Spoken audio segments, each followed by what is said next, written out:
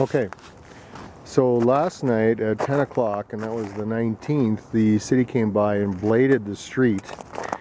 So this morning I tried to get out, and this is what was left as the furrows in front of the driveway. So before 8 o'clock at 20 to 8, I called the city and indicated that this furrow was at least 12 inches. And depending on where I take the tape, because this kind of rolls up, I don't know, that's kind of hard to see, but anyway, it actually is, by measurement, over a foot, because the amount of tape that's exposed is 12 inches. So anything higher than the actual tape into the tape container, if you will, is over 12 inches. So you can see that the furrow's definitely over 12 inches. And that's 12 inches, you know, more or less all the way across. Now, this is a little bit harder here because this actually rolls up a little bit, so it's not quite accurate, but you can see that, you know, it's just about 12 inches, if not a little bit just underneath. So it kind of tapers with the roadway here. 2 hours later, directly across the street, the Bobcat came. And whoops, it's out of focus a little bit. And did their driveway, and this is our driveway right across. That didn't get done.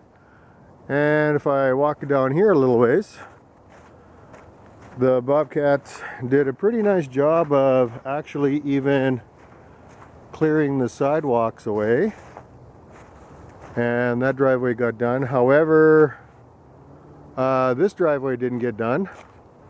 But the guy driving the Bobcat, or operating the Bobcat, actually piled some chunks from here over to there. And this driveway, depending on the elevation, about a foot as well, getting in. As you can see on this side, there's quite a bit of elevation difference between the sidewalk and the lane. The Bobcat operator didn't do that, nor did it over there.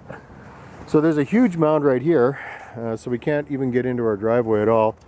And this amount, well, it's quite high because it's packed in from the roadway, is again over 12 inches from top to bottom, about 14, maybe 15 inches. At noon, I phoned the city again, indicating that it wasn't done. They said, oh, well, we don't know what happened, sorry, mistake. I phoned at 5 o'clock. And oh, it's going out of focus again. And they said, oh well, nothing we can do.